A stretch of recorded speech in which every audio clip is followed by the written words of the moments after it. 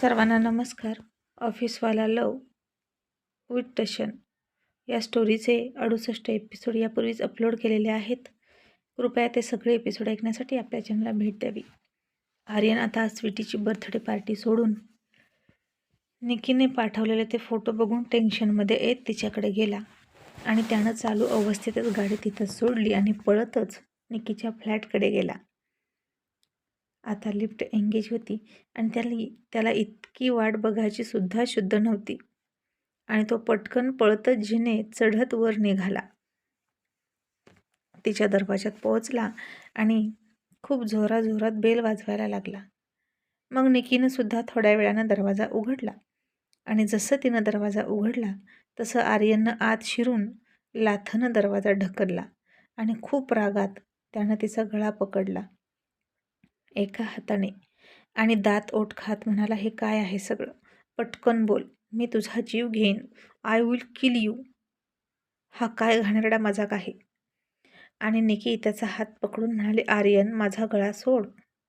आर्यन सोड असं म्हणून ती ठसका द्यायला लागली. आर्यननं आता तिचा गळा सोडला. खूप रागात येऊन तिच्या खाडकन कानाखाली दिली. तसं आता निकीच्या तोंडातून रक्तसुद्धा यायला लागलं आणि आर्यन खरंच खूप पिसाळला होता.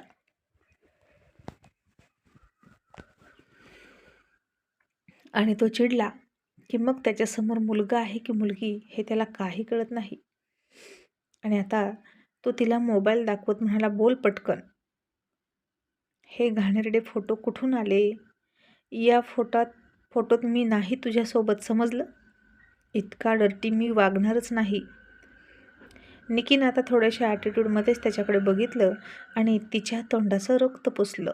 दीर्घ श्वास घेतला आणि सोफ्यावर रिलॅक्स मूडमध्ये बसली. जणू काही तिला तिचा खूप मोठा प्लॅन आता सांगायचा होता आणि काही घडलंच नाही असंच करत होती. आणि त्यालाच उलट म्हणाले, आर्यन बेबी कूल डाऊन. तू इतक्या लांबून आलास ना फक्त माझ्यासाठी. मग घे पाणी पी बेबी. असं म्हणून त्याच्यासमोर तिनं ग्लास ठेवला आणि म्हणाली, आणि कशी सुरू आहे बर्थडे पार्टी? आणि आर्यनने चिडून त्या ग्लासला हात मारला आणि तो ग्लाससुद्धा फुटला. पण तिच्या घरात आर्यनने रुद्रावतार धारण केला होता आणि आता इकडे स्वीटी, अर्जुन, तन्वी याच विचारात होते की आर्यन नक्की गेला तरी कुठे? तिकडे जाऊन त्यानं रागाच्या भरात काही उलटसुलट करू नये, कारण त्याचा राग खूप विचित्र होता. मुळात तो गेलाय का हेच कळेना आणि नेमकं तेच घडत होतं इकडं. आर्यन चिडत होता आणि त्यानं ग्लास पाडल्यानंतर निकी म्हणाले, ओ माय गॉड, इतना गुस्सा? आर्यन का चिडतोस इतका तू? बेबी, त्या आपल्या दोघांच्या स्वीट मेमरीज आहेत. I just love it. Aryan आणखीन चिडून म्हणाला, शट अप. अजिबात असलं काही बोलू नकोस. मी तुझ्यावर प्रेम वगैरे काही करत नाही. प्रेम तर खूप दूरची गोष्ट. तू माझ्या तिरस्काराच्या लायकीची सुद्धा नाही. आणि हा तुझा नवीन गेम काय आहे ते सांगशील का? आणि पहिल्या भेटीपासून तू असेच गेम खेळत आलीस ना? मला सगळं खरं कळलं आहे निकी. तो ॲक्सिडेंट, स्वतःवरचा हल्ला, स्वतःचं किडनॅपिंग, स्वतःलाच बाथरूममध्ये बंद करून घेणं आणि स्वीटीवर नाव घेणं, हे सगळं तुझं नाटक आहे, कळलंय आता मला. आणि निकी दोन्ही हात गालावर ठेवून डोळे मोठे करून म्हणाले, ओ माय गॉड, खरंच तुला कळलंय का सगळं? मग आता तू काय करशील त्या सगळ्या इन्फॉर्मेशनचं? त्याचं पण एखादं प्रोजेक्ट करशील का? Mister Aryan, I am sorry, but ही सगळी इन्फॉर्मेशन तुमच्या काहीच कामाची नाही, कारण ती खूप जुनी आहे आणि ते माझे प्लॅनसुद्धा जुने झाले. पण आता मी जे फोटो तुम्हाला टाकलेत ना, ते माझ्या खूप कामाचे आहेत आणि ते सगळं खोटं बोलून, स्वीटीवर नाव घेऊन मला जे साध्य करायचं होतं त्याचाच प्लॅन बी म्हणजे हे फोटो आहेत. तुम्हा दोघात फूट पाडून काहीच होणार नाही हे कळलंय आता मला. पण तुझ्या घरच्यांच्या विरोधात तू असं जाणार नाहीस आणि म्हणूनच मी माझा प्लॅन बी तयार ठेवला होता. आणि आता तुला समज असेल की मला काय पाहिजे आणि ते मला नाही मिळालं तर मी काय करू शकते. एका क्लिकवर तुझी आणि देसाई इंडस्ट्रीजची बदनामी होईल. आर्यन आता तिला म्हणाला, तुझा फोन कुठे आहे? तुझा फोन दे, असं म्हणत तो तिचा फोन शोधत होता आणि ते सगळे फोटो डिलीट करून टाकणार होता. कारण त्या फोटोमध्ये आर्यन आणि निकी होती. दोघेही बेडवर होते आणि विचित्र असा बेडसीन त्या फोटोत होता. कुठे कुठे एखाद्या फोटोत त्याचा चेहरा स्पष्ट दिसायचा आणि त्या फोटोत मात्र त्याच्या अंगावर त्याचा पूर्ण सूट होता. पण नंतरच्या फोटोत मात्र जो बेडसीन होता त्या बेडसीनवर त्याची पाठ दिसायची. फोटोमध्ये निकीचा चेहरा दिसायचा आणि त्याचं तोंड तिच्या छातीत उघड्या मानेवर टेकवलं होतं. कमरेपासून खाली ब्लँकेट असायचं आणि वरती तो उघडा असायचा. याचा अर्थ त्यांचा रोमॅन्टिक बेडसीन चालू आहे असं वाटायचं. आणि हे बघून आर्यनला फार मोठा धक्का बसला होता. आणि हे सगळं खूप विचित्र होतं. मी नाही केलं असं तो तिला म्हणाला. आणि निकी म्हणाली, आर्यन हा तूच आहेस. आता नाही म्हणू नकोस. नशेमध्ये तू कधी काय करतोस तुला तरी माहीत आहे का? आठवती रात्र, ज्या रात्री तू इथे आला होतास आणि आपण दोघांनी ड्रिंक केलं होतं. तू मला स्वीटी समजून मिठी मारत होता आणि माझा नाईलाज झाला आणि हे सगळं घडून गेलं. आणि आर्यन मी प्रेग्नेंट राहिले तर अजून मला पिरियडसुद्धा आले नाही. आणि हे ऐकून आर्यन खूप धक्का बसून मोठ्याने म्हणाला, no no no, it's not possible. अशी चूक माझ्याकडून नाही होणार. निकी म्हणाली, आर्यन पण आता ते तर झालं. तुझ्याकडून मिस्टेक झाली आहे आणि तू ॲक्सेप्ट कर. आणि जर मी प्रेग्नेंट राहिले तर माझ्या पोटातलं बेबी देसाईंचा वंशज असेल. आर्यन आता पुन्हा तिच्याकडे खूप रागात बघितलं आणि म्हणाला, तू खूप मोठी स्वप्न बघतेस. तू तुझ्या लायकीत राहा. Don't cross your limit. असं काहीही होणार नाही. आय ॲग्री की मी ड्रिंक केली होती फक्त आणि तू मला पाजलं होतं आणि तू हे फोटो काढत बसली होतीस का? अँड ओ माय गॉड, मला हे आधी समजायला हवं होतं. मी स्वीटीचं का नाही ऐकलं? ती सांगायची तुझ्याकडे येऊ नको रात्री, पण मीच फ्रेंडशिपसाठी येत होतो तुझी मदत करायला. माझा मेंदू तेव्हा कामच करत नव्हता आणि तू मला ड्रिंक करायला लावली आणि स्वतः प्लॅन करत होती मला फसवण्याचा. आणि हे सगळं स्वीटीला कळलं तर ती आमच्या बेबीची मॉम बनणार आहे. आणि हे सगळं बघून तिचा माझ्यावर विश्वास राहील का?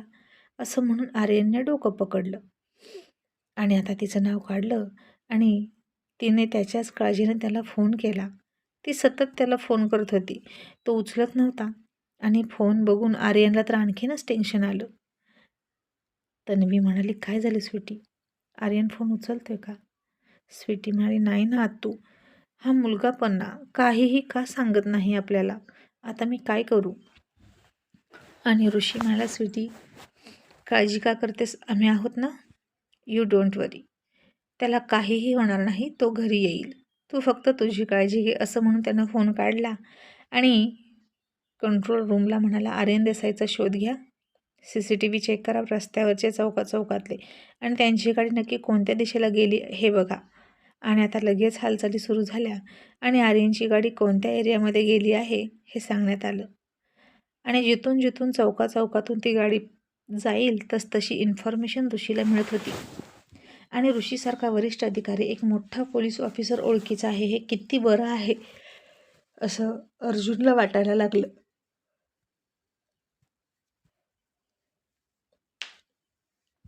मग अर्जुनने सुद्धा जयला फोन केला आणि म्हणाला, जय, आर्यनचं लोकेशन कळतंय आणि तू स्वतः त्या एरियामध्ये हजर राहा. आणि असं वाटतंय की तो नक्कीच निकी चोप्राच्या एरिया असावा. त्यानं रागात काही उलटसुलट करू नये एवढी तू काळजी घे. आणि जर त्याच्या हातून काही झालंच तर या कानाची त्या कानाला खबर नाही झाली पाहिजे. आणि समोरून जय म्हणाला, येस बॉस, यू डोंट वरी. आणि जय तिकडे निघाला स्वतःच. आणि आर्यन निकीला म्हणाला, निकी, तू इतकी नीच असशील असं मला वाटलं नव्हतं. फ्रेंडशिपच्या नावाखाली तू माझ्यासोबत असं केलंस का? यापुढे मी कोणाशी सुद्धा फ्रेंडशिप करू शकणार नाही आणि हे तुला खूप महागात पडणार आहे, लक्षात ठेव. आणि निकी म्हणाली तोऱ्यातच, सस्ती चीजों का शौक हम भी नहीं रखते जनाब. आर्यन, तुम्हाला हसला होतास ना? माझी लायकी नाही तुझ्या कंपनीची CEO होण्याची असं म्हणालास ना, मग आता एक गोष्ट लक्षात ठेव, तू स्वतः मला त्या खुर्चीत बसवशील. आर्यन चिडून म्हणाला, सिरियसली? ते तुझं ड्रीम आहे का? आणि त्यासाठी तू हे सगळं करतेस का? पण हे इम्पॉसिबल आहे. आणि निकी म्हणाली, वाय नॉट पॉसिबल? तू मनात ठरवलं तर सगळं होईल. आता तू तुझ्या बायकोचा बर्थडे सोडून इथे परत आलास ना? हे तरी कुठे पॉसिबल होतं, पण हे मी पॉसिबल करू शकले. तसंच ते सुद्धा तू पॉसिबल करू शकशील. बघ तू स्वतः अर्जुन सरांना बोलायचं आहेस हे, आणि माझ्यासाठी त्यांच्याशी आर्ग्युमेंट कर. तू त्यांच्याशी भांड, काहीही कर, पण मला CEO बनव, नाहीतर तुम्हा सगळ्यांची बदनामी तय आहे. आर्यन तिला डॅशिंग लुक देऊन म्हणाला, निकी आगीशी खेळतेस तू. डॅडनं हे सगळं कळलं तर तुझा केससुद्धा दिसणार नाही, अशी गायब करतील ते तुला. आणि निकी पुन्हा ओव्हर कॉन्फिडन्समध्ये म्हणाले, आर्यन, मी स्वतःच एक आग आहे, त्यामुळे आगीची भीती मला नको सांगू. माझं काम करशील की नाही ते फक्त बोल. मला जगातल्या नंबर 1 कंपनीची CEO होऊन रेकॉर्ड ब्रेक करायचा आहे. बोल, तू माझी मदत करशील का? जर तू असं केलं तर मी हे फोटो सोशल मीडियावर टाकणार नाही. तुझी बदनामी होणार नाही, नाहीतर तुझ्या कंपनीची, अर्जुन सरांची खूप बदनामी होणार आहे. आणि मी सगळ्यांना सांगणार की तू मला फसवलं, माझ्याशी प्रेमाचं नाटक करून मला सोडून दिलं. आणि त्या दिवशी माझ्या घरावर हल्ला झाला होता, तू आला होतास, आणि मीडियावाल्यांकडे आपले फोटो आहेत. तू मला मिठीत घेतलेले, सावरलेले, आणि ऑलरेडी सगळ्यांना माहीत आहे की तुझा आणि माझा संबंध काय आहे. याबद्दल वेगवेगळ्या चर्चा उठत होत्या. अजूनही त्या चर्चा तशाच सुरू आहेत. त्यात आता हे जर फोटो बघितले आणि मी थोडंसं रडले ना मीडियासमोर, तर तुझं आणि तुझ्या कंपनीचं काही खरं नाही. आणि आता हे ऐकून आर्यन म्हणाला, खूप मोठी चालबाज आहेस तू, पण मी यातलं काहीही करणार नाही, लक्षात ठेव. कारण खरंच तुझी लायकी नाही डॅडच्या खुर्चीत बसायची, आणि तू खरंच हुशार असती तर लिगल मार्गाने हे सगळं केलं असतं. आणि निकी म्हणाली, पण मला ना लिगल मार्ग आवडतच नाही, आणि तू माझा विचार करूच नको. आता फक्त स्वीटी आणि तुझ्या बेबीचा विचार कर. हे सगळं बघून, तुला माझ्या मिठीत बघून, मला तुझ्या मिठीत बघून जर तुझ्या बाळावर परिणाम झाला तर, स्वीटीचं ॲबॉर्शन झालं पोटातच तर, तू तिच्यावर विश्वास ठेवत नव्हता, आणि आता ती तुझ्यावर विश्वास ठेवणारच नाही, आणि तुझा संसार मोडणार. आणि हे सगळं जर तुला नको असेल तर मला CEO बनवायचं. आणि तू समजतं इतकं काहीच अवघड नाही त्यात. मी तुमच्या कंपनीची मालकीण व्हायचं असं तर नाही म्हणाले. आणि बघ, आताही तू इतक्या रात्री धावत पळत माझ्या घरी आलास. आर्यन असं कोण करतो रे? एका मुलीच्या घरी इतक्या रात्री एखादा मुलगा असंच तर नाही जाऊ शकत. आर्यनला आता कळत होतं की तो तिचा ट्रॅप आहे, आणि तो म्हणाला, निकी, मी तुला डिस्ट्रॉय करणार. हे सगळं खोटं आहे, मला माहीत आहे. आणि निकी म्हणाली, ओके, मग मी करते व्हायरल. तू दे सगळ्यांना उत्तर आणि बस सांगत की हे सगळं खोटं आहे. आणि सगळ्यात आधी पाठवते तुझ्या बायकोला, असं म्हणून तिनं फोन काढला. आर्यननं तिच्या हातातून फोन हिसकावून घेतला आणि तिचा फोन आपटणार इतक्यात निकी म्हणाली, आर्यन, काहीच उपयोग नाही. माझ्याकडे अजून या फोटोच्या भरपूर कॉपी आहेत, आणि त्या मी खूप जपून ठेवल्या आहेत. एकच डिलीट करून मोबाईल फोडून काही उपयोग नाही. आणि आर्यनने आता पुन्हा तिचा गळा पकडला आणि म्हणाला, मग मी तुला जिवंत ठेवणारच नाही. मग सगळा किस्सा खतम होईल. आणि निकी त्याला तिथला कॅमेरा दाखवत म्हणाली, आर्यन, हे सगळं रेकॉर्ड होतंय. आल्यापासून तू जे काही वागला आहे ते सगळं रेकॉर्ड झालं आहे, आणि मला जर काही झालं तर सगळा ब्लेम तुझ्यावर येणार. आणि आत्ता आर्यन घाबरला. आल्यापासून तो चिडत चालला होता, आणि निकी शांत होती, आणि हे सगळं कॅमेऱ्यात दिसत होतं. त्याने तिचा गळा सोडला आणि तसाच रागाच्या तिरमिरीत बाहेर आला. पुन्हा गाडी स्टार्ट केली आणि हवेच्या वेगानं गाडी चालवायला लागला. पण आता तो देसाई मेन्शनच्या दिशेने येत नव्हता. आपण कुठल्या रस्त्याने जातोय हेही त्याला कळत नव्हतं. किती वाईट प्रकारे अडकलोय तिच्या जाळ्यात. खरंच मी ते केलं असेल का? आणि हे फोटो बघून डॅड, मॉम, सगळेच फॅमिली मेंबर आणि स्वीटीला काय वाटेल? माझं चुकलं, मी तिच्यावर विश्वास नको ठेवायला पाहिजे होता. बायकोवर अविश्वास ठेवून आणि बाहेरच्या व्यक्तीवर विश्वास ठेवून खूप पश्चाताप होतोय मला. आणि त्याची इतकी मोठी किंमत चुकवावी लागेल असं वाटलं नव्हतं.